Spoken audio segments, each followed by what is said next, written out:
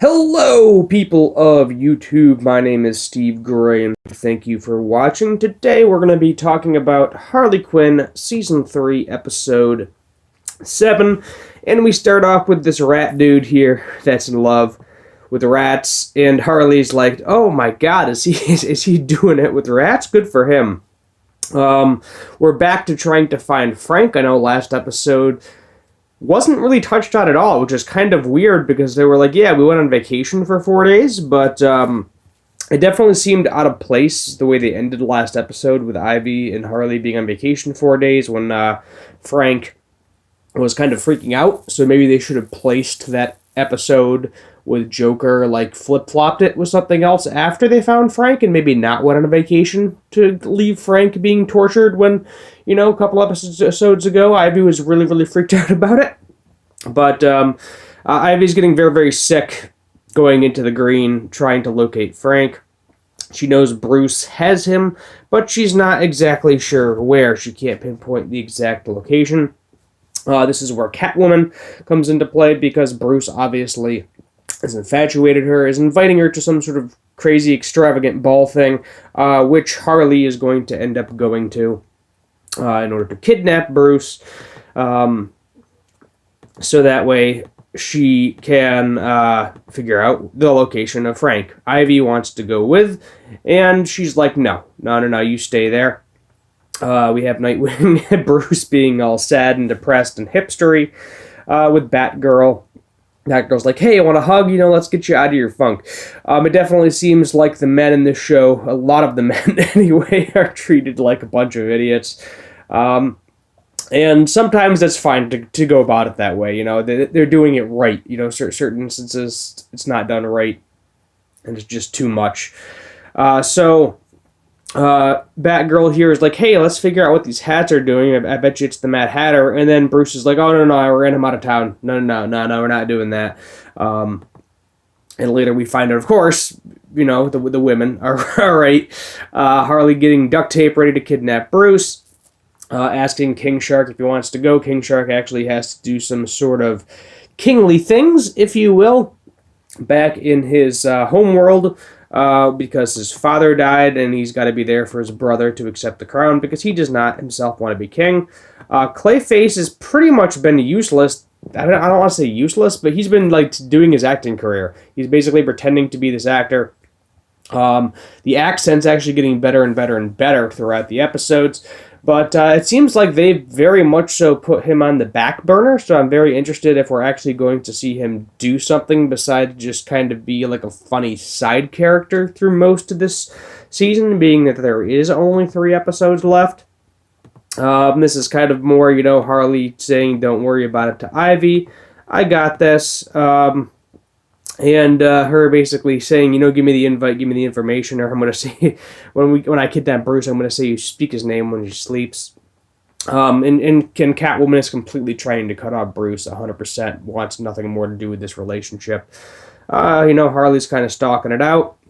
It's actually funny, she has a little bit of a difficulty beating up an old woman with a harp, but you figure if an old woman's lugging around a harp, then yeah.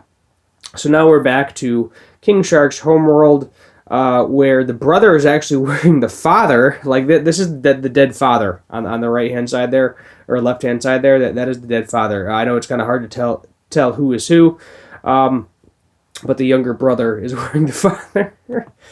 Kind of messed up. Apparently his father also liked going after many different women as well.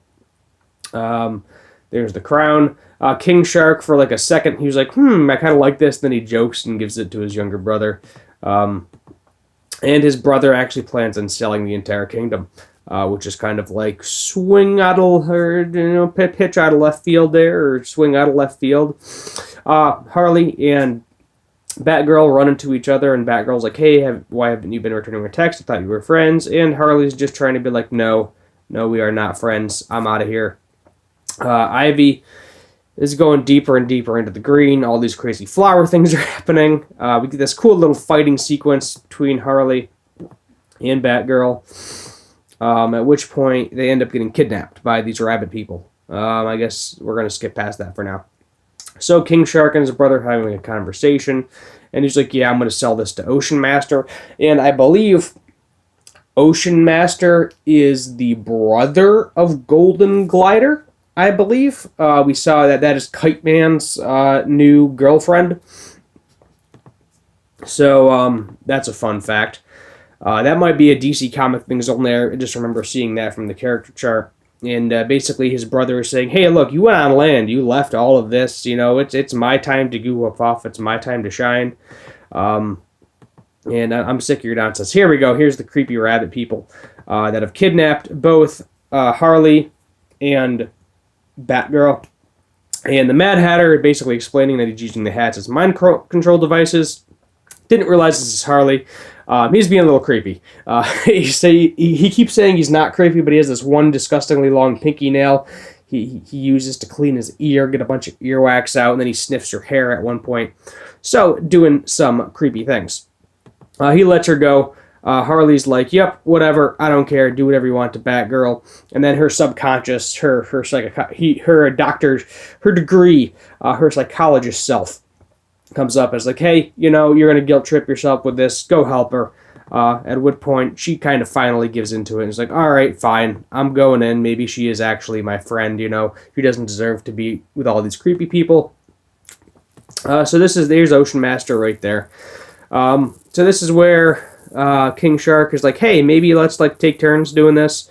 And he's like, no, I'm the king. What I say goes. Not doing this. Giant fight. There's his creepy nail. There's Mad Hatter's long creepy nail. He actually ends up killing one of his own henchmen, which I don't know what the deal is with them treating their henchmen like terribly. Maybe that's the one thing Harley has going for her. She doesn't treat her underlings lesser than her to a certain extent, but he literally just poisons with cyanide, kills one of his own dudes. Like, what the heck? You know, these people are helping you. You hired them to help you, and you're killing them? That does not make sense. Harley ends up breaking the nail, coming in, and then we got a nice little Harley Batgirl team up here where they're just beating the crap out of everybody, and she ends up murdering the Mad Hatter, kind of to make a point that they're not like bracelet friends yet. They're not like super good friends yet, but they are friends, and Batgirl's kind of like that. So Bruce Wayne is drunk. He is drunk and sad because, you know, Catwoman left him. Harley ends up kidnapping him. And then we have King Shark, eventually, if I get to it,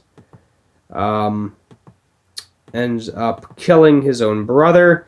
So that is Ocean Master without the mask, you know, just a kind of average-looking dude. But apparently that's Golden Glider's brother.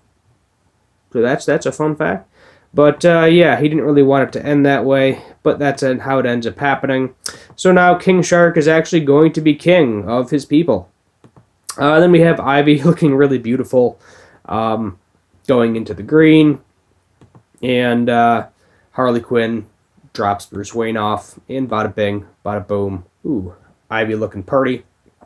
That's pretty much the end of the episode. So, good episode overall. Sorry if I sound nasally. Got a cold that I'm still trying to get over here. Been a couple of days.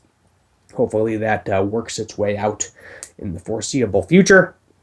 I'm going to give this one a solid 7.5 out of 10. We're going to go with the point ratings in there. Usually I do like a solid number. We'll do 7.5 out of 10.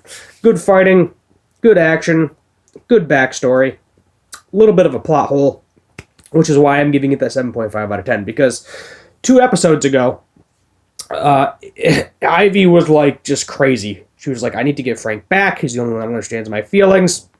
Yet somehow she goes on vacation for 4 days and just blatantly ignores Frank. And Frank is just getting tortured. And then we just go right back into it. So I don't know if that was a writing error or a plot hole or whatever, but it's a little sloppy. They could have easily just flip-flopped like this episode, or maybe put the Joker episode a couple down the line.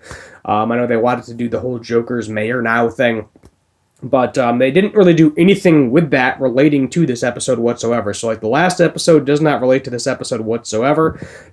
It's kind of one of those episodes where they essentially could have put it wherever they wanted. So maybe it's just out of order or out of place or something. But it's a little weird. and that's why it's getting the 7.5 rating. But I like the action sequences. I liked, Harley's inner conscious saying, hey, go help Batgirl. She is kind of your friend. Because at this point, I think Harley is less of a villain and more of an anti-hero, if you will. She doesn't do certain villainous things. She's not killing people constantly all the time. She's primarily killing pieces of crap. So more of the anti-villain aspect. But that is where we're going to end it. Let me know your comments down below. While you're down there, subscribe, like, and turn on that notification bell as well. Yet again, my name is Steve Gray. Thank you for watching, and as always, have a good one.